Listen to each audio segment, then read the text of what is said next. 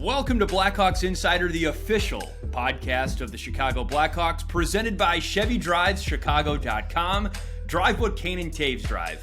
I'm Chris Vosters. You already know the theme of this week's podcast, the only one to wear 81. We continue to celebrate the great Marian Hossa and hear from the Hoss himself. Much more coming up on the podcast presented by ChevyDrivesChicago.com. Drive what Kane and Taves drive. Welcome inside the latest episode of Blackhawks Insider. Chris Vosters, Colby Cohen, Caley Chelios, happy Thanksgiving. Delighted to be with you. It's a wonderful time of year, both on and off the ice. I trust that everyone is ready to eat a ton of food later this week. Caley, I know I was talking to you about Thanksgiving at the Chelios household and even your extended family, your in-laws. Sounds like you do a little bit of Italian and American cuisine for Thanksgiving. Yeah, I mean, between being Greek and Italian, it turns into more of a Mediterranean Thanksgiving. So my grandmother in-law makes mostaccioli from Maggiano's, and my side usually makes like a Greek pasta, Greek lasagna. So it's not traditional Thanksgiving, with the exception of my mother's cooking and my cooking. But I'll take it. I love Mediterranean food, and it's you eat until I think I'm going to put on 10 pounds this week. I don't know what you're thinking, Colby. I know you're hosting yourself in your new house, so that's exciting. Dad's in town, and I know you bought a turkey. Cool. Wait, before we talk about me, what's a Greek lasagna? It's called pasticcio. It's amazing. I don't have the accent down, but yes, it's very good. It's got like a breading like fila dough on top instead of like the heavier cheese. Mm-hmm. It's pretty famous in our house. It goes very quickly, so maybe I'll bring some to you guys one day. I don't know how to make it myself. It's my grandmother's specialty. Greek food. Well, there's not a red sauce, right, Caley, either? That's another difference? Yeah, I learned like from my dad growing up that like Greeks don't love sauces for whatever reason other than like traditional hummus and tzatziki. So there's no red sauce. It's not tomato based. It's like a kind of plainer but really good flavored pasta with meat and like a thick layer of a fila dough on top. It's very unique. Sounds really good. Thank you. Well, yes, I will have family at my house. My dad will be joining us, bringing his 5-month-old golden retriever, which will pair with my 7-month-old golden retriever, which is the reason that my wife wanted to leave for Thanksgiving and go to Florida to get away from the madness that's going to be at my house. So, yeah, looking forward to it. Obviously, we play Wednesday and Friday, so it's a pretty tight turnaround. Although I'm pretty sure last year we were on a Western Canadian road trip and got in it from Edmonton at like 4 o'clock in the morning on Thanksgiving Day. So this year will be a little bit easier from a travel standpoint. I'll be in the nice comfy confines of the NBC Sports studio on Wednesday night while you guys are in Dallas and doing your travels. So you guys will miss me on the road, I'm sure. Have you cooked a turkey before? I have not cooked a turkey before. My dad is going to cook the turkey. It's going to be a little tag team between my dad and Alex. Couple traditional things, and then a couple like more Jewish types of cuisines that we like kugel is kind of the main event for us as far as like the one non-traditional, more Jewish type of offering, and Alex will make that. She's perfected that over the last couple of years. But my dad's a good cook. I mean, you kind of get used to what you grow up eating, but he taught my mom how to cook back in the day when they were young kids, and I'm looking forward to the fact that he's coming here and he's going to handle the cooking duties. That's awesome. I'll be up in Wisconsin for the day. I'm really looking forward to it. I don't have any kind of, unique ethnic additions to just the standard American Thanksgiving cuisine, but for the last few years, my family has cooked the turkey on the big green egg, so we've basically smoked the turkey instead of just done it in the oven, and we've enjoyed a couple of different variances of a traditional Thanksgiving turkey. We've done bacon-wrapped Thanksgiving turkey, and I've learned that when you smoke the turkey, you get a nice pink ring right underneath the skin, and it's not nearly as dry, and it's actually a really, really nice flavor as opposed to just the standard oven roasted turkey. But wait, I have one more turkey question for both of you before we actually talk about hockey. Have you guys ever had a fried Thanksgiving turkey, like in the deep fryer? My billets one year deep fried their turkey. They did a regular one in the oven and a deep fryer, and it was everything fried is unbelievable, but it was so good. So I was, we're in the Midwest now, so I was thinking maybe you guys have partaken in that. I've had fried. I've definitely had fried in Tampa Bay because, as you know, in the hockey schedule, you have to eat elsewhere most of the time when you can't go home. So I had a great friend that was Dominican. I had a Dominican Thanksgiving with fried turkey, rice, and all kinds of different foods that way. But I feel like I load up on everything else before I hit the turkey, so I don't really appreciate the turkey on Thanksgiving as much as I would like to, unfortunately. Fair. Well, my last pro tip, if anyone is stuck with a dry turkey on Thanksgiving, break out a jar of mayo and just spread a little bit of mayo on the turkey, and that takes it to a whole nother level. It's supposed to stay a secret, Chris, but here you are. I did not know that. Got to share the knowledge. So. Got to share the knowledge. Hopefully my dad doesn't overcook the turkey. Well, again, a great week that was started at the United Center on Sunday with Marian Hossa's jersey retirement ceremony. Number 81 going to the rafters forever. Only one 81. That was one of the many really cool things that I learned in the week leading up to the ceremony on Sunday, is that there's only one player in the history of the organization to wear number 81, and it's going to stay that way now that Marian Hossa's number has been retired. We have an interview that the three of us did with Marian from Fifth Third Arena last week. We're really excited to show that to you, but I just have to say, it was an awesome ceremony at the United Center, and it was the first one that I've gotten to experience, especially as a first-hand or a first-hand eyewitness account to something like that. And again, the Blackhawks don't retire numbers very often, but I just thought that the organization did a fabulous job of making it a really, really special event.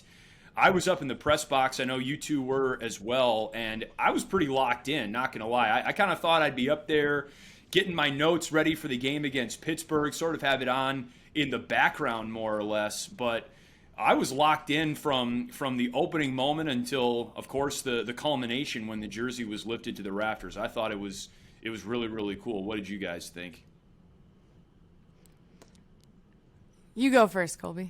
Oh, yeah. I mean, I was sitting right next to you, Chris, and it was visually so cool. I mean, obviously what the purpose was an incredible achievement. I mean, have your number retired by an original six team, I think has a little more, oomph to it than just having your number retired. But sitting in the press box, being able to see it so well, from like the aerial vantage point, I mean, the visual aspect of it was incredible. It was, all the wristbands that were flashing everywhere. I mean, they crushed it. I mean, the Hawks team, the creative team, Brian Howe's team, it was so well done. I mean, I saw different player appreciation nights last season with Shawzy and I think Halmerson. And those were cool, but this was this is sort of the talk of the league right now. I think just from everything from the players that joined him up there to his family to the video montage, it was awesome. I mean, I am with you, Chris. I wasn't really sure what we would be doing, obviously watching, but we still had a job to do not far after and a show to get prepared for. So I kind of expected to be like you, kind of looking over my notes and working over things, getting ready for the broadcast. But that was definitely not the case. It was I kind of had chills at different times of the ceremony. I mean, there were moments on the video board that I remember watching as a hockey fan. There were moments of the video board that I was on the wrong part of the team, on the wrong side of. And so there was just a lot of emotion watching all of that take place and seeing his teammates up there and just being able to be a witness to it was incredible. Yeah, I agree. I thought it was, since I started broadcasting, I've been in 2 ceremonies, or I've watched 2 ceremonies, Marty St. Louis in Tampa Bay and then Marian Hossa. And I think it's cool because there's such different stories. I mean, Marty St. Louis, watching it, like, he was such an underdog. He was beloved and just embraced by the fans there. And Marian Hossa wasn't an underdog. So different emotions, but his story of losing in the finals twice and then ending up in Chicago and being, one of the most humble but quietly best two-way players to ever play the game and win 3 cups. I mean, it's just a different story. So I always love the stories that come with some of the players we're seeing now whose jerseys are being retired. There's going to be more Hawks jerseys, like he said, in the future that are. There were probably 2 or 3 moments that stood out to me the most during the ceremony, and that was one, his daughters were so cute. Oh my god. Baby slept the whole time, and the other 2 were like wouldn't show their teeth when they were smiling. Like, they were so funny and just constantly waving. Like, such a different thing for them, not having lived in the U.S. I mean, they grew up there, but coming back now and they're still young, like, to see that type of energy and experience in Chicago, in the Madhouse for your dad, and like how cute that was for them. So I loved his daughter's reactions to it, and they were funny. I also loved, his very short, but I thought so emotional response to his brother. That was probably the only time I thought maybe he was going to get emotional, with Marcel talking about how he'd always be there for him. It was maybe the shortest he'd said, but so emotional and so cool. Having a brother who also played, it can get competitive, and I thought it was amazing how supportive his entire family has been with him throughout his career. So those were 2 of my favorite moments from the actual ceremony, watching it. And then just Marian feeding off the crowd with the Detroit Sucks chants going and random people yelling, "We love you, Hoss," during it.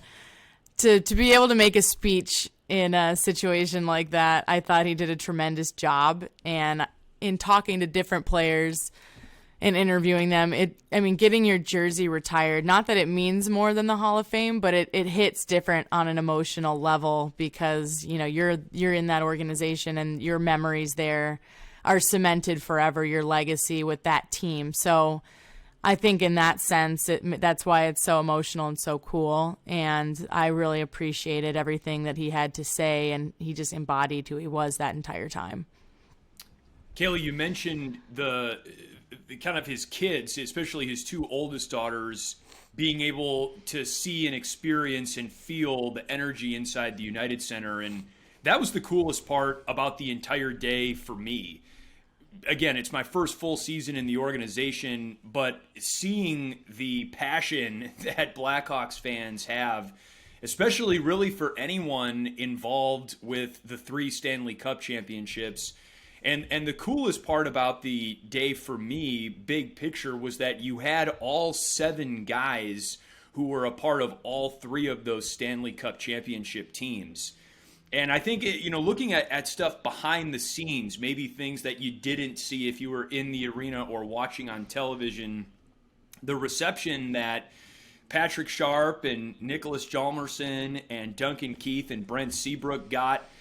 Your dad, too, was there, Caley, as well, that the fans in the atrium had. When Marian Hossa at one point appeared on the bridge that overlooks the atrium, the crowd, there was this huge roar that just erupted from the crowd. And I was looking around thinking, did they put something on a video board? But sure enough, they noticed instantly as soon as Marian Hossa walked out on the bridge. And I guess personally for me, it was really cool leading the Q&A panel with Sharp and Hjalmarsson and Keith and Seabrook. And again, seeing the reaction that fans have to those players, it's amazing. And I've never really been around, certainly I've never covered anything like it where the star power shines so brightly. So I don't know if Colby, if there's anything, from a behind the scenes perspective that you saw or witnessed on the event that maybe wasn't present necessarily to someone watching either in person or on the screen. You know what? I think that the rock star factor for these guys, we've seen it with Sharpie because obviously we all spend time with Sharpie. He works with us. We were in Milwaukee standing in the middle of that courtyard, and I mean, you would have think somebody just was handing out $100 bills the way people flock to Patrick Sharp. And Kaner and Taves obviously are still playing, so it's a little bit different. The access level is a little bit different. So I've only really seen it with Sharpie. That I think I'm not surprised, but I guess I just wasn't ready for it. Even down under the arena, when the players were when the guys were coming off the ice from the ceremony, I was standing by the Zamboni doors because I was kind of thinking I only had about 5 or 6 minutes to get out to the between the bench spot before warm-up started. And the minute these guys came off the ice, sort of one at a time, Seabrook, Keith, the rest of the lineup, even the people who are working at the United Center in the group of game day employees and this and that change things over and get all the stuff off the ice, and they're doing all the heavy, lifting and the work, they even flock to these guys and are getting pictures and they just want to be close to them. I mean, it's literal rock star treatment, and I've seen it with your dad, Caley, a little bit at the United Center. People, they just start edging their way towards him in hopes that maybe they'll work up the courage to ask him for a picture or an autograph or something. But then when you bring all those guys together, it was, watching people's faces and people that probably have seen and had access to these guys for a long time, they still just turn into little kids who just saw Santa Claus for the first time. And I think that's really cool to see. I think those are the things that, don't show up on camera. They don't show up on, podcasts. They don't show up in interviews. It's just that, childish excitement that people get around this group of players. Yeah, to add to that, it's funny how I even remember in Detroit, very vividly, the woman who would serve everybody lunch after practice every day. Her name was Leslie, and so when you mention the behind-the-scenes people, even the woman who works the family room for the last 30 years for the Blackhawks, they light up when they see guys like that, because what a time it was when they won 3 cups to be a Blackhawk, to be a fan, and all the behind-the-scenes people, Frankie, who parks and gets their cars ready for them every single game. They're so excited, and they were so excited last night, now that you say that, to see this group of guys. That was such a special, fun, at the time, very young group to make it all happen for Chicago. Yeah, the ceremony was really the culmination of a wonderful week for the organization, its fans, its former players. And once again, we were fortunate to sit down with Marian Hossa himself, talk a little bit about his time in Chicago, what it means to have his number forever retired in the United Center, and a little bit about his history with the game of hockey and what the future has in store for the only number 81 in Blackhawks history. So let's go to that interview now with Marian Hossa. Only one 81, and we're thrilled to be joined by the only player in Blackhawks history to wear the number 81.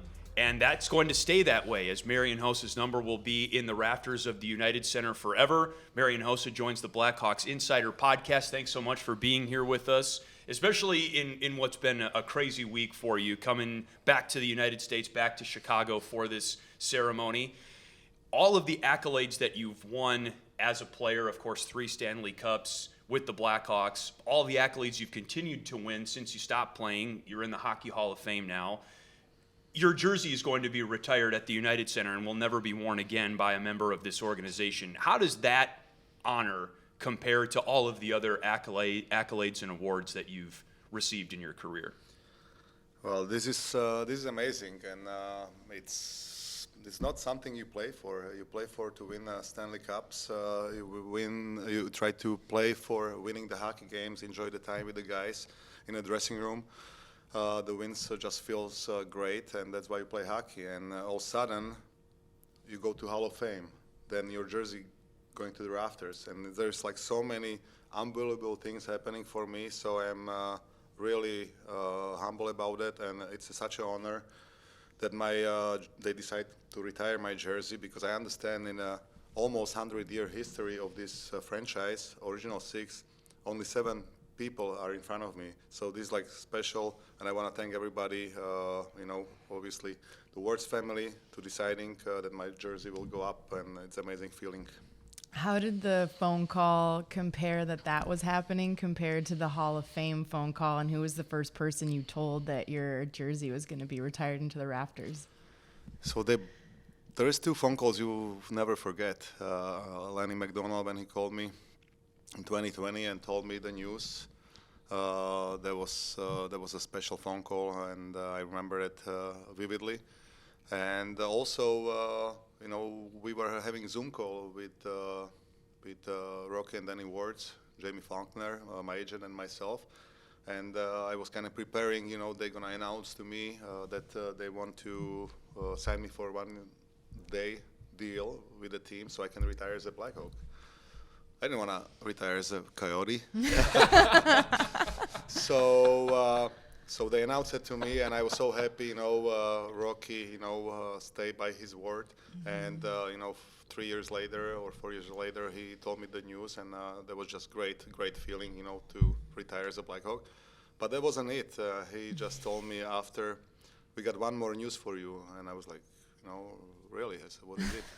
And when he told me the news about retiring my number, I was speechless. I had the chills all of a sudden through my body going, and I didn't know what to say. So that was just one of the phone calls you won't forget. Did you tell your wife right after? Who was the first person when you got to process that you could talk to about it? Yeah, I told my wife, and I could tell she had the tears in her eyes. So that was a moment I remember, and I don't cry pretty much at all. She always told me, you like The Rock, like you don't cry, you no emotions or anything. I do have emotions, but I'm hidden. So, like I'm saying, no tears. We'll see on Sunday, right? Yeah. So this is amazing.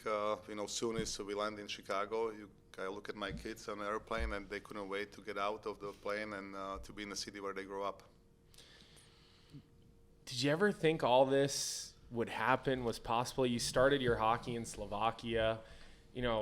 You're a god over there. I've witnessed it. I spent time in that country playing, and I've seen how they talk about you and Z and Gaborik, players like that.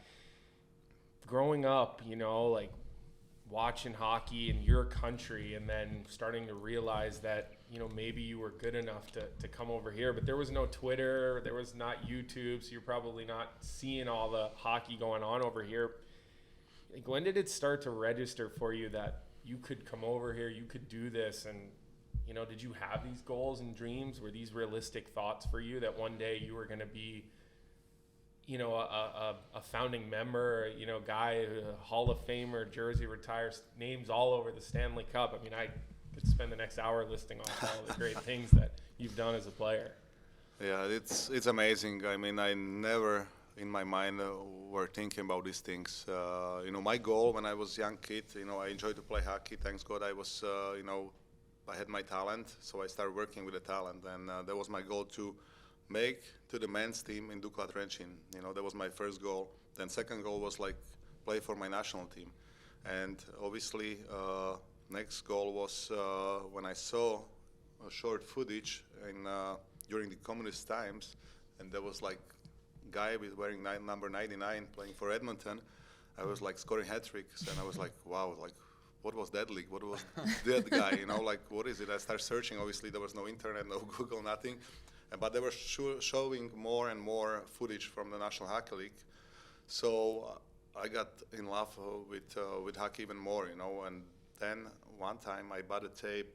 There was trading the cards, and there was video tape, the VHS tape of Wayne Gretzky. So I trade so many of my cards to get a tape, and I run home. So to watch it right away, I put it on video. You're aging yourself right now. Yeah.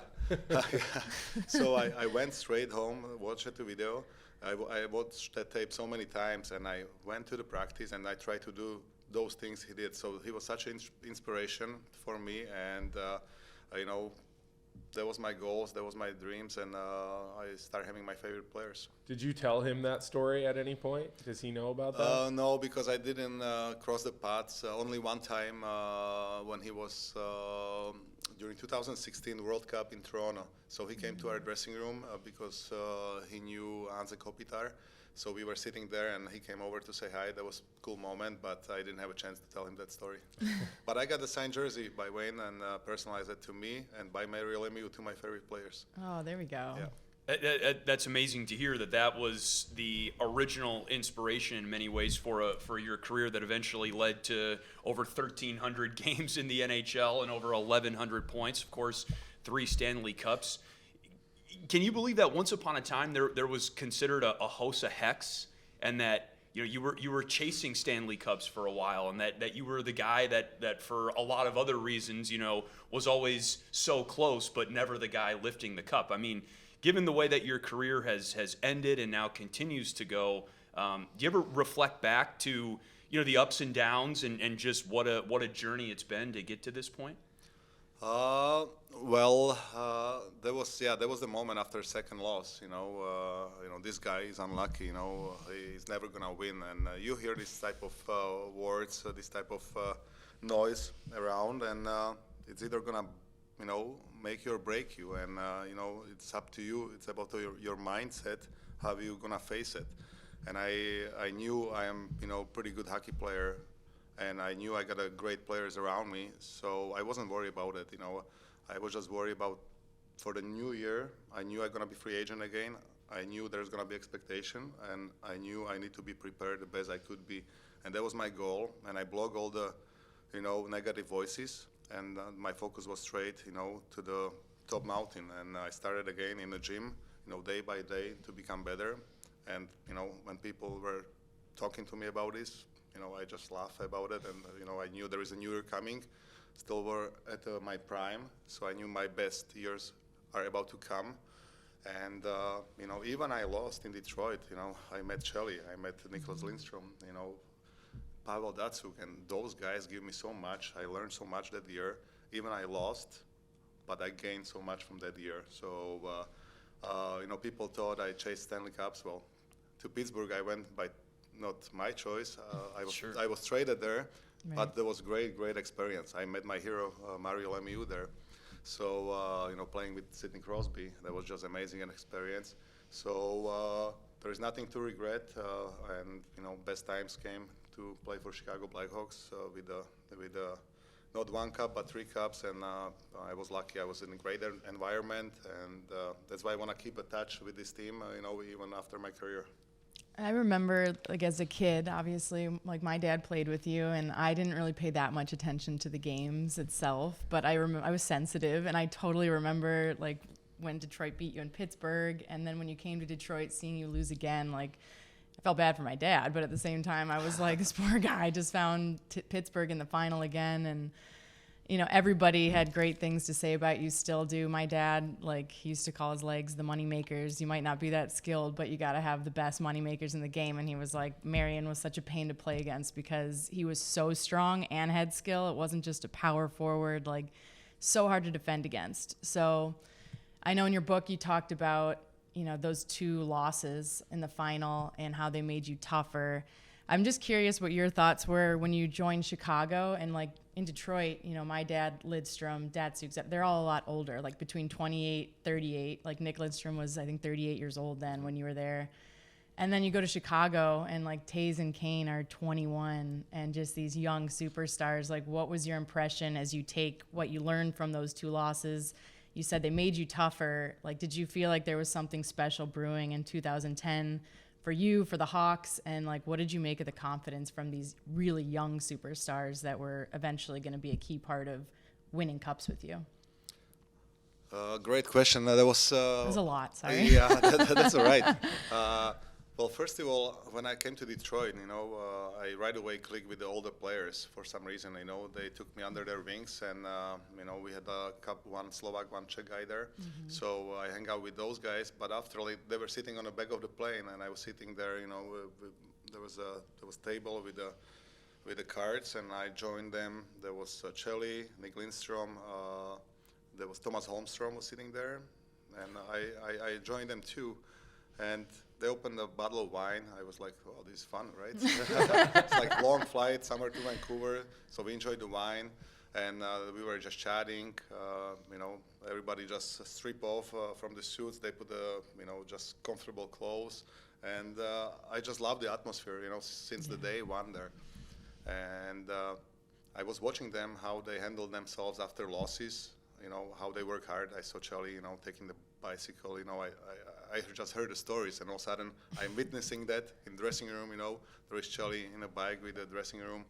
In a sauna, biking, and I said, I need to try that too, like it's something new, and I couldn't handle it, so I said, I done it once, and I said, no more. I said, I don't know how he does it, that's great. What he did to us when we'd get grounded, so if you ever need a punishment for your daughters, throw them in the sauna. No, child services is going to be coming and knocking on the Chelios. So that was amazing to see. Sorry, because Dad. before that you were just hearing it, and now it's like I see it, through my eyes. I was like, wow, this is legend, And basically, I learned so much from those guys, how they work after practice.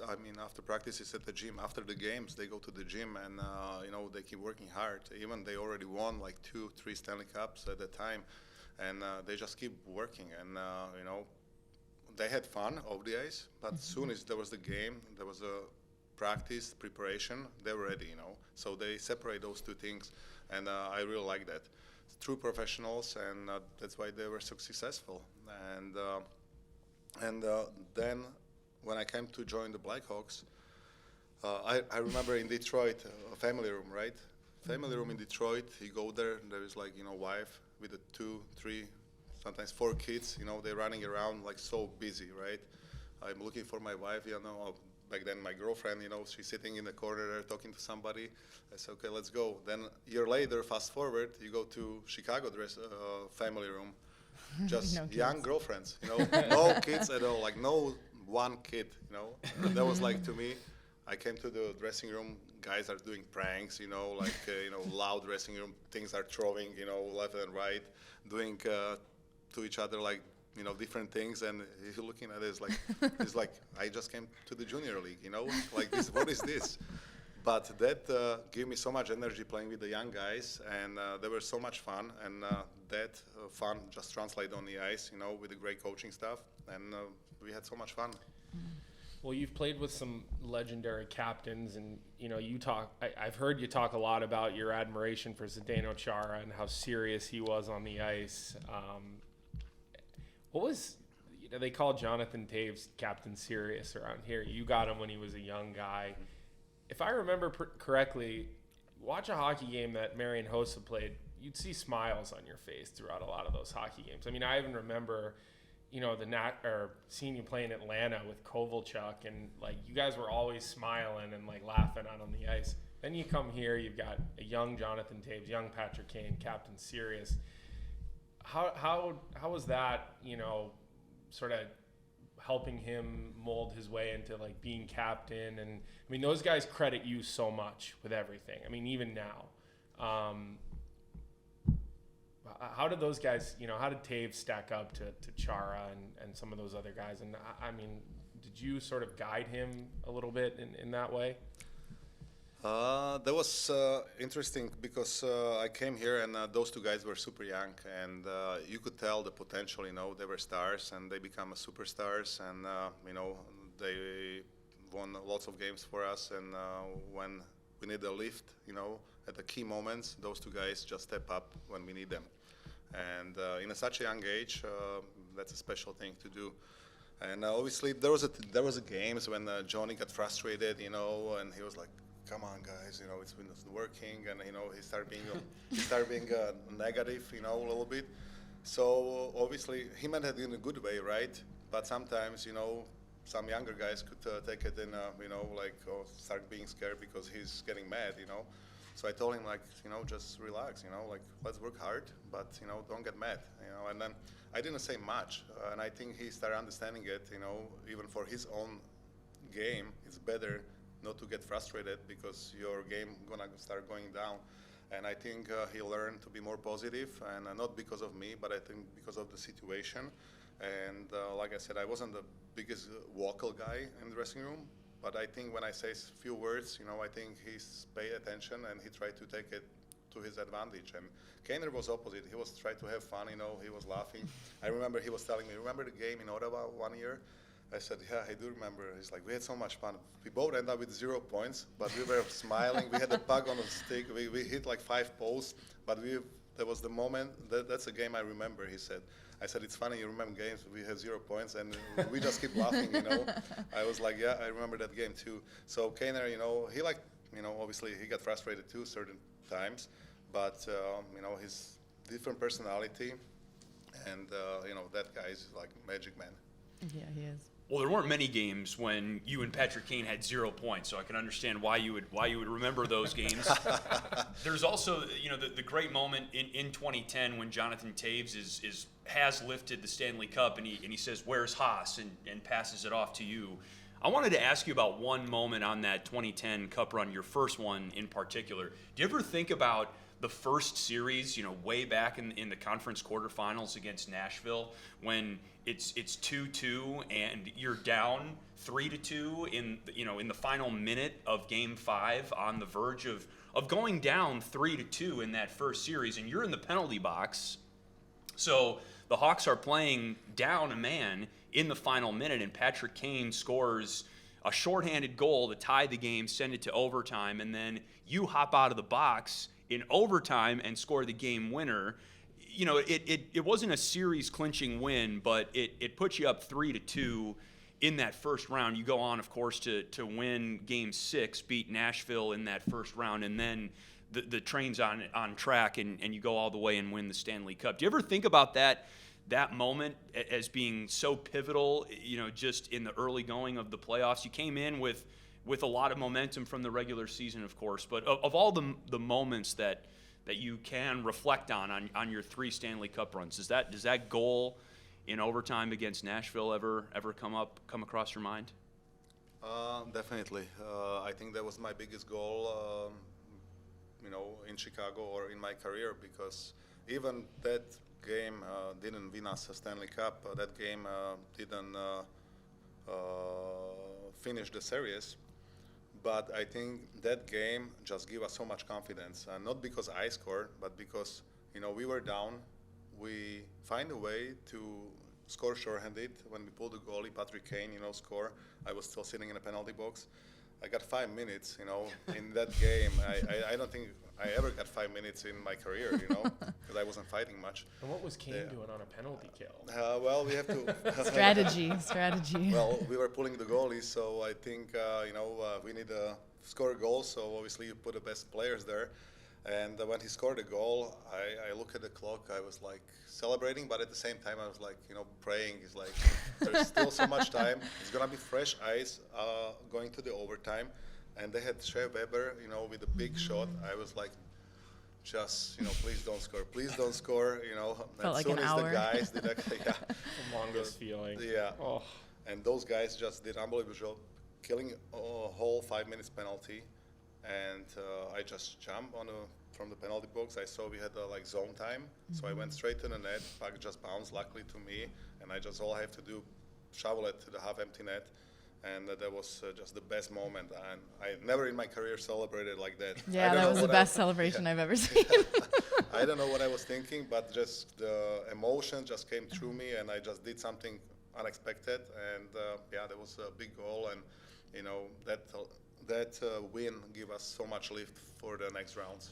I heard you say that Toews told you before you guys won the Stanley Cup that he would give you the cup before. Are you superstitious, or what did you think of him saying that before, especially with, I'm sure, how much pressure you're putting on yourself at this point to get close again? So before the Game 6 in Philadelphia, Four Seasons Hotel, after lunch. Never forget it. Yeah, we're standing in front of the elevator, and I'm just thinking going to bed, getting some nap.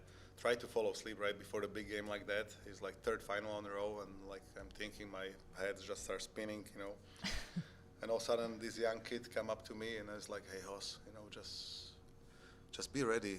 in case everything goes right, you'll be the first guy I hand it to. I was like, what? It's like, Why really? did you say Did you that? tell anybody that he told you that, or no? No, I didn't. Yeah, I'm like I'm not that superstitious, but I'm. That's a lot, though. I am watching like at a certain point like what to say, what to not say, and I was just blowing away. And that actually little talk gave me so much jump, and so much inspiration. I was like, this little kid, just doesn't care, But I guess when you're so young, you don't know more or better. You just go with the flow. And He hadn't played in a final yet at that point, right? And Yeah. you had obviously had a couple of finals in a row, so I guess maybe he didn't understand quite the magnitude. yeah, exactly. So I'm sure like that would be different probably for those guys, right now when they're older, more experienced. But that was something you'll never forget. So what was the instant emotion then when Kane scored the OT winner and there was that delay, obviously, with the officials gathering, and you talked about talking to them, like once you knew, like what was your emotional state? So I think like half a bench jump on the ice, Right. half a bench sit on a bench and just staring like what's going on. And I was like halfway. I was sitting on a board, one leg on the ice, one leg on the bench. I was like, was it goal? Wasn't it goal? Like this is gonna be awful if we start celebrating and they said there was no goal. And so I went straight to referees. I didn't celebrate it yet. I went straight to referees, asked them like, guys, like what's going on? I need to know. Yeah, I need to know to from know you right guys. now. The key decision, was a puck in really, or so he's like, we checking on it, and right in a split second, they told me, yeah, it's a goal. They got it from upstairs. So I straight, monkey off my back. Yeah. I start feeling like free and start celebrating, and that was just the best moment. Just relief. Relief, yeah, exactly. What did you do on the first cup? Your day with the cup? How'd you celebrate that? Well, the best part is, I think, for me, are right after like we have, we win. You go to the dressing room, the champagne's everywhere, cigars, and media come. And after when they leave, there is only the team, trainers, coaching staff, players, nobody else. And you got a chance for a few minutes to celebrate it with the group. You were in a war for 2 months, and to me, that was just the best celebration for each of those cups, to be in the dressing room. Obviously, we had so much fun right after too, but that was so strong, emotionally, and you just remind yourself like what you went through. You face adversities, and you went through it, and that's a special teams. Did you bring it back to Slovakia each time? Yeah, I bring it home. I was lucky to have it like for a day, maybe a little bit more, and we try to just to enjoy the time. And you've had a great international career playing for your home country of Slovakia as well, and you're still involved over there growing the game of hockey. Looking ahead, what's next for you, either in the game in Slovakia and the game in North America? Where do you kind of see, what's your next goal on your list? So I talked to Miro Šatan, which is like the boss of the Slovak Hockey Federation, and he offered me any basically type of job if I want to be involved with the team. But I told him like, thank you for the offer. I wasn't ready, and I want to take the time away from hockey when I come home after my career, because I wouldn't see myself traveling to Bratislava and being more on the road again than before. So I politely tell him like, thank you, but this is not the time. So I want to just take the time off. I have my company back in Slovakia, so pretty busy with that. Own a little golf course too, sports center. So busy with that, and obviously now third daughter was born. So Congratulations! Yeah, Congrats. thank you.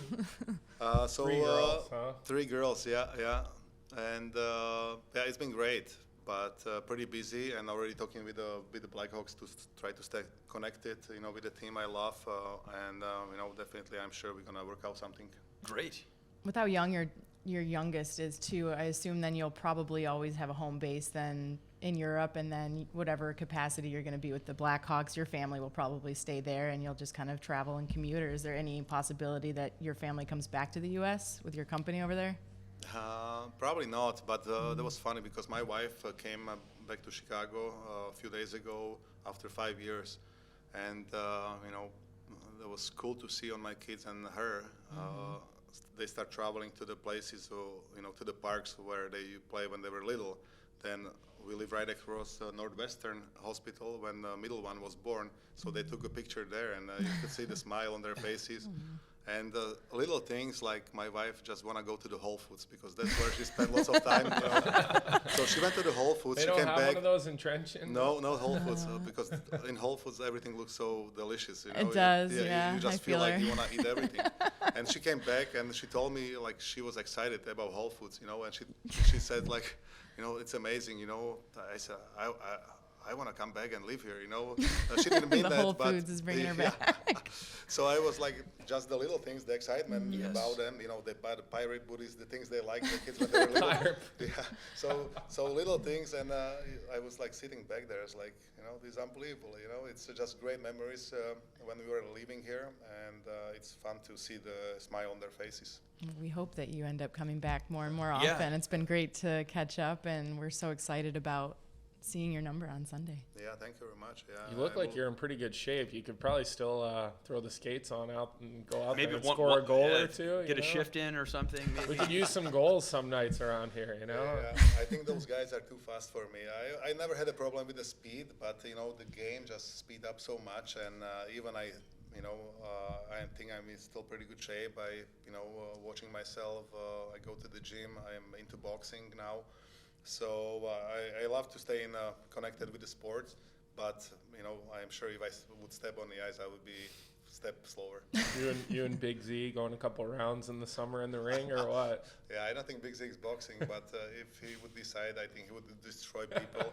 That guy is a machine, and obviously he beat Chelios' record, right? Yeah. I thought, he was secretly not that happy about it, Yeah, but he loves Big Z, so know, he was proud of him. Yeah. And, but that guy is a machine, so it's impressive what he done with his career. And I remember his Big Z as a little kid, funny-looking hockey player because the skates were so small. His toes were like this in the skates. They didn't have his pants looked like a shorts because they didn't have long pants, and obviously the sticks back then they didn't have extensions. Yeah. So can you imagine like how he was skating bent over with the shorts? And it's amazing. He became a Norris Trophy winner, Stanley Cup champion, and the most games as a D, and beating Cheli, another legend. So it's amazing. When you were talking about that on, I don't remember, someone else's podcast about Z, I was cracking up just thinking about him with like short hockey pants. I think you should give Patrick Sharp your workout plan when you see him this weekend too. So just a quick suggestion. If he might not ask for it, but. Well, I think Sharp is pretty good shape. Yeah, I'm sure. It's always good to get other, second opinions. But and Sharpie like he still likes to get out on the ice and wheel around or get the rollerblades on. I mean, he's like going to the local rinks, like asking if he can play pickup hockey with the kids in Connecticut. He's missing it if he's doing that. Yeah, definitely. He always loved it, and he's one of the best shooters I ever played with. Like he can pick the corners, and it was pretty impressive. Well, let's make sure we edit that part out. Okay. Marian Hossa, the Hall of Famer, saying Sharpie's the best shooter he ever played with. We got to make sure we edit that out. He's so excited for you and so proud of you and really looking forward to the weekend ceremony as well here in Chicago. And thank you so much for doing this. Again, you've had so many interview requests throughout the week, and it's really special for you to take some time and spend it with us on the Blackhawks Insider podcast. So I'll just say, as we let you go, it's my first year in the organization, and I've got almost 100 years of history to catch up on. But you were one of the first names that I heard about when I became a part of the Blackhawks, as the most significant free agent signing by far, really, in franchise history. And so it's been a lot of fun getting to know about the contributions that you made to the 3 Stanley Cups, and we're all so excited to have you as part of the organization in the future. And again, congratulations, and can't wait to have number 81 in the rafters for good. It's going to be really special. Yeah, thank you guys for having me. It was fun, to chat with the young crew, and definitely looking forward, to see you guys next. Yeah, thank you. We can't wait. Only one, 81, Marian Hossa joins the Blackhawks Insider podcast. Well, we really appreciate Marian Hossa spending so much time with us. He did a media blitz last week. Every media outlet in Chicago, it felt like, wanted a piece of Marian Hossa, and we really appreciate the time that he spent with us. Let's pivot into Sellies and Chirps, the segment of the show where the three of us each introduce a topic and decide if it should be celebrated or chirped. Unless either of you want to go first, I can get us rolling today, unless anyone's got a burning passion to start us off. You lead the charge, Chris. Thank you. All right, well, listen, we started the show talking about Thanksgiving cuisine, and I want to ask, is celebrating Christmas in November a Selly or a chirp? And I guess I mean when it comes to celebrating Christmas, I mean Christmas decorations in your house. Are you listening to Christmas music? Or do we give the month of November exclusively to Thanksgiving here in the United States and then bring in Christmas right after Thanksgiving ends or December 1st? I know that for me personally, I don't have Christmas decorations up in my house, but I certainly don't begrudge seeing Christmas lights downtown in Chicago. I kind of like taking the final 2 months of the calendar year as sort of a pan-holiday time of year when, yes, November is definitely still focused on the harvest time and Thanksgiving, and then there's, of course, the pivot to Tinseltown, the green and white decorations in December, and of course all of the other holidays that are celebrated in December as well, between Hanukkah and Kwanzaa and whatever else I might be forgetting. So I'm okay with sort of the hybrid approach. I think you can sprinkle in a little bit of Christmas seasoning to your Thanksgiving celebrations in the month of November, but what do you guys think? I'm celebrating it. I feel like, Chris, we already welcomed Santa Claus to 900 North Michigan Ave, so it wouldn't be fair to judge anybody else. But I like it. Since having kids, I think we've been cheating a little bit more every year. My husband usually was the anti-celebrating Christmas before Thanksgiving because it's his favorite holiday. But we were listening to Dean Martin and Christmas playlists yesterday morning as we're all getting over the plague. So I'm all about a little bit of Christmas. Like you said, I think sprinkling is the key word. A little sprinkle seasoning of Christmas to set a foundation for Thanksgiving is a good time to bring up the spirits. Colby, what's your vibe? I'm going to surprise you on this one, Caley, because I know you think, I'm just going to put my green Grinch hat on here and chirp this all day. You are the anti-snow. You're right. Not a big fan of that, but I think Christmas lights are really pretty, and I think when the city starts decorating light poles and, putting different elements of Christmas up in November, I think it looks great. I think people putting their Christmas trees in their windows, especially like I go out and walk the dogs all over our neighborhood. I enjoy seeing some of the different things people do. Yes, are some people a little bit overboard? Sure, but hey, it's to each his own. And I'm also a big Christmas music fan. I listen to, I think it's channel 14 on Sirius XM, which is like a Christmas, just all different Christmas songs and this and that. So I'll even throw that on Sirius XM and listen to the Christmas music. So I'm celebrating it, Chris. I got no beef with that at all. Wow. The Grinch's small heart grew 3 sizes. I knew I'd throw you guys off with that.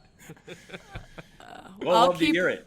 I want to keep it then on the same page. I think we're all on the same page maybe with this. I was also thinking for a Selly or chirp Thanksgiving.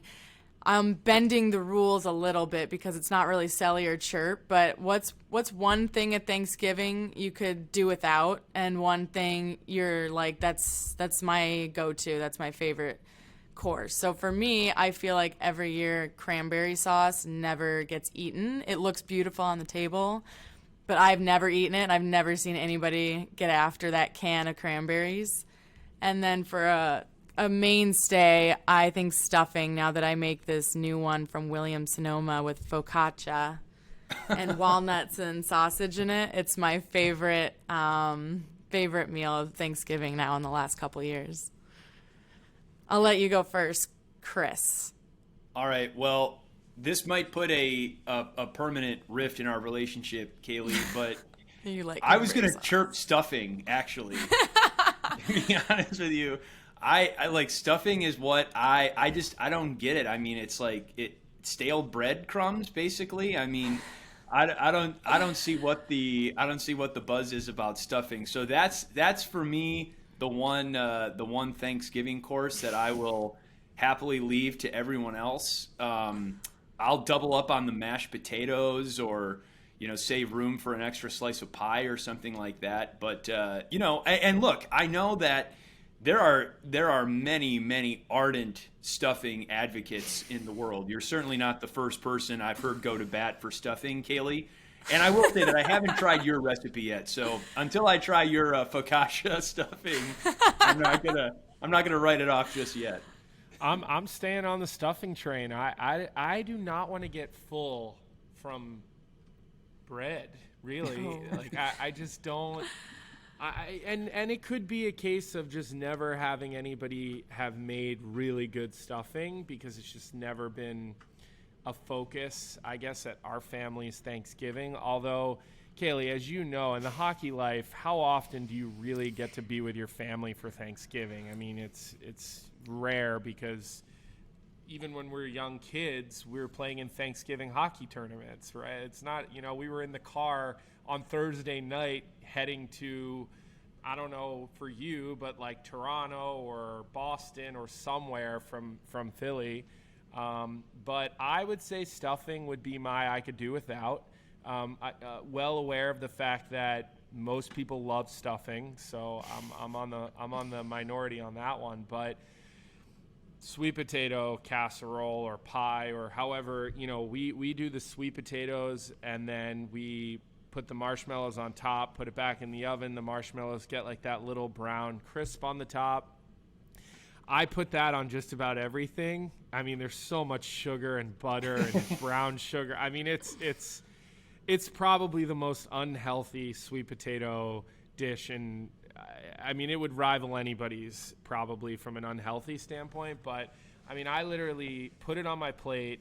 I take my turkey, and sometimes we'll even dip it in my sweet potatoes. Like, I do the Chris Vosters at lunch every day, at the UC Cafe, where he just puts the mashed potatoes on his salad and God knows what else. But Pile it all. Ew. Sometimes hard. Trust me, Caley. Sometimes it's a little. No, hard I'm to kidding. watch, I don't like mashed potatoes, so we just have totally different palates here. But do you like sweet potatoes, like a mashed sweet, or no? Yes, but not the loaded sweet potato. Yeah, that's like incredibly sweet. Oh, you would not like ours. It is just like sugar, and more sweet. So. It's like, why is this served with dinner? This should be served with dessert. It really should. But honestly, like at Thanksgiving, I could have that and turkey and be completely happy. Like, I really don't need much else. So, but I also agree with you, Caley. Like, I don't even think we make cranberry sauce at ours or cranberry, because nobody eats it. It looks nice, you're right, but nobody eats it. Yeah.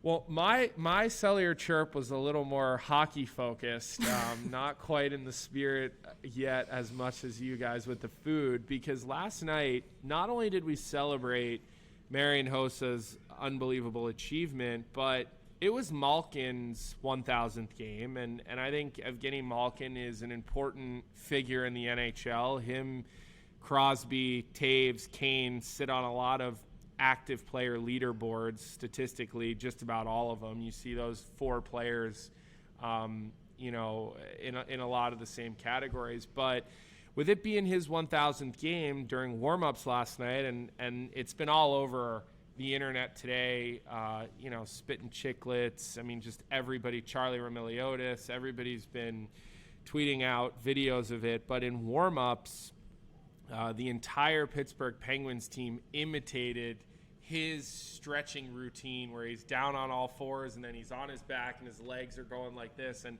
I'm sitting between the benches watching this happen.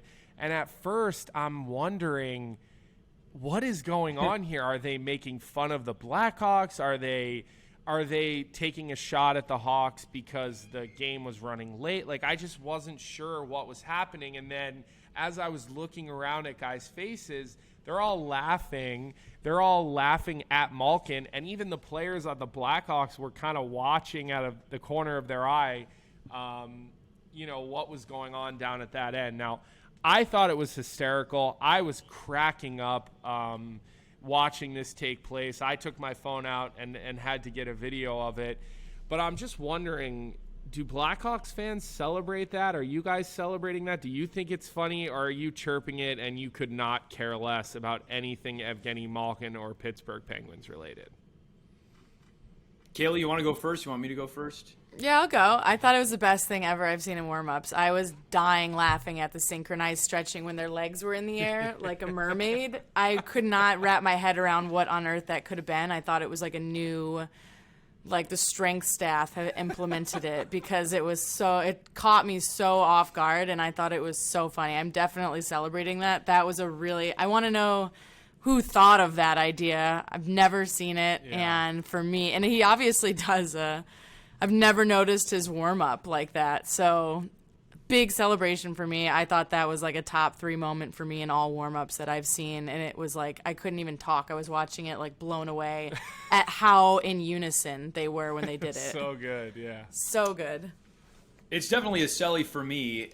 I'm a big fan of, just in general, celebrating the game's greats and celebrating the sport, in addition to, of course, just the Blackhawks. I still loved the fact that after Sidney Crosby scored what proved to be the game-winning goal on Sunday, the United Center booed him.